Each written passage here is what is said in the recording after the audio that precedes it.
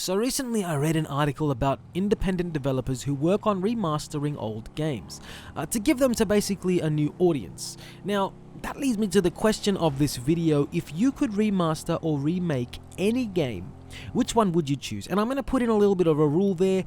It cannot be a game that's already been remade but you think could have been remade better, or a game that has already been announced as a remake in the works. Let's dive into the actual video content now. The article that we're looking at, stumbling over my words here, essentially talks about how the development community is basically hard to break into. Which makes sense, right? When you're playing a game, you want to know that the best has brought this to the table, and that you're not going to get some sort of second-rate game. But he also talks about how finding work that you're passionate about can be very difficult. But then it gets into one man's backstory and how basically he recreated or remastered, whichever word you're looking for, remade Resident Evil 2 and then went on to remake Resident Evil 3. Well, look, I'm going to preface this by saying it wasn't just him. I should add that in there. It was him and a team from essentially all over the world. Now, that's one of the reasons that I think that the modding community is actually insanely amazing. Now, look, I show quite a bit of love to modders on this channel by way of support and by way of saying that they do some stuff that is incredible. Now, I also want to tell you guys that I know that I could never actually mod anything, and I am incredibly terrible at doing that. We are all clear on that. Let's basically move on. I think that modders are actually incredible. And when you see a group that is devoted like this, and they have so much love for older games, how can you not be impressed? Honestly, these people were from places like Saudi Arabia, Brazil, and other areas over the world. I think the one was in China at one point.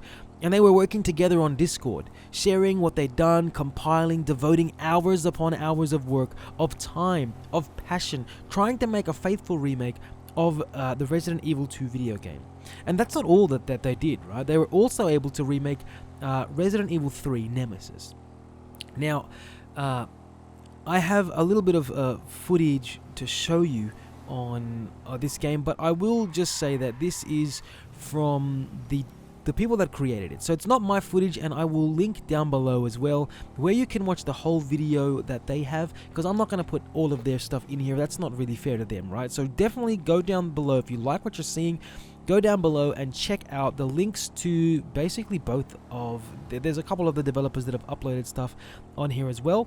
Go check out those as soon as you can. Because this brings me to something that I think is really very important right now. I get that the huge companies that make games like this, companies like Capcom, right, who own Resident Evil, could basically pull the plug on things like this. Much like the HD remaster of GoldenEye, right, the remaster of the original 64 version, right, the Nintendo 64 version that was going to be remastered instead of the remake that we got, they changed their mind and they pulled the plug on that. And that, if you check out some of the video on YouTube, I'm not going to find that for you, but if you check that out, honestly, it looked like it was going to be really incredible, and I would have loved to play that. But they had that pulled, the plug was pulled on that one, and that honestly, that's terrible and it sucks. But companies like Capcom, they could also pull the plug on a game like this, right? And I'm going to stand here and say that, or sit here anyways, and say that they have every right to do that. I think that it just shows these companies, or it goes to show them, depending on the interest, how much fans would actually like proper remakes of some of these crazy games. And if a company is willing to let people do that and release it, I think it's pretty crazy that that company is willing to do something like that.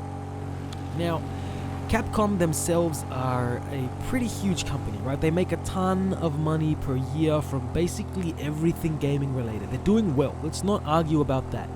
And if they were smart, they would gauge how much people want this and other games that they have, right? And assess whether or not, due to fan reaction, it would actually be worth creating an official remaster of some of these older games. But obviously, look, they won't be able to figure out each of the games. And look, here's an idea, right? Why not hire some of these independent developers to work on some of their older games as, air quote, fan remasters, and then gauge how much people want games like these to be remastered?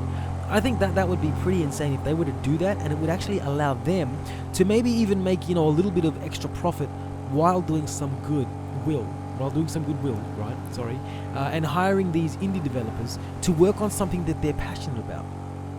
To me, that just seems like a win-win, right? And I know that there's probably a lot more to do, especially when it comes to remastering a game from pretty much the ground up, which is what sometimes these people have done. But as long as they don't act the same way that Nintendo did, and yes, I'm mentioning the C64 incident from months ago. For those of you who aren't aware, Nintendo essentially removed the C64 port of the original Super Mario Bros. Game that everyone was going crazy about, just because it was Super Mario Bros., right, on the C64.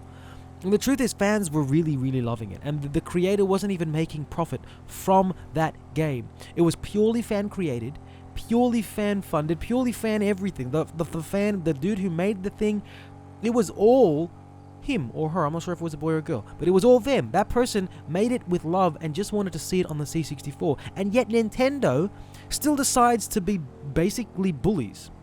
In that instance, of course, right? And I get it, right? Much like Capcom with Resident Evil, this is their project. This is their baby.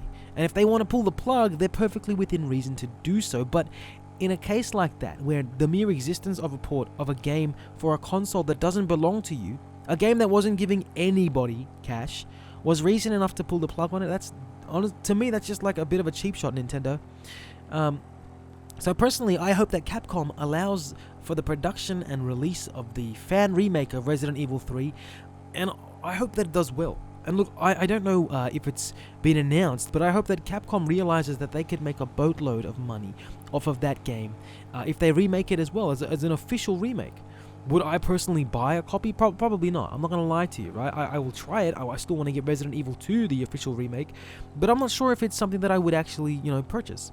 But I know that I guarantee you, actually, that there are probably tons of fans out there who would love to have, a copy of Resident Evil 3 on their PS4 or their PS5 or beyond that, or on their Xbox One or Xbox 2 or 3 or Xbox 35. Who knows, right? But it's not hard to figure out.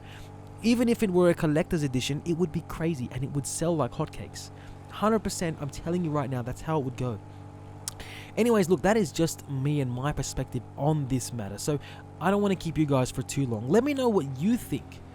Would a remake of Resident Evil 3 interest you?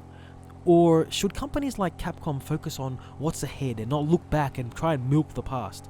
Leave a comment down below, guys. I'm always keen to know what you guys think and how you guys react to certain things like this. And if you haven't already, give this video a thumbs up if you enjoyed it. And consider subscribing to the channel if you did enjoy this video. I know I would appreciate it. And if you haven't already, check out some other content. If you're not fully convinced that this is a channel for you, go and check that out. Otherwise, until next time, guys, stay loving, stay peaceful, and I will see you in the next video. Bye.